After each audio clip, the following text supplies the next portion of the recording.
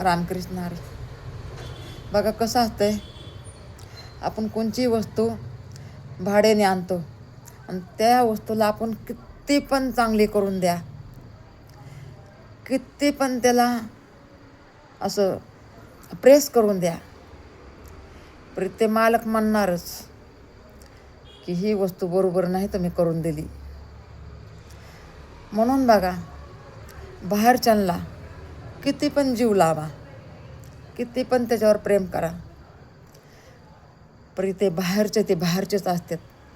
घरचेच माणसं, घरचेच आपले मुलीबाळी घरचेच आपले कामाला येतात.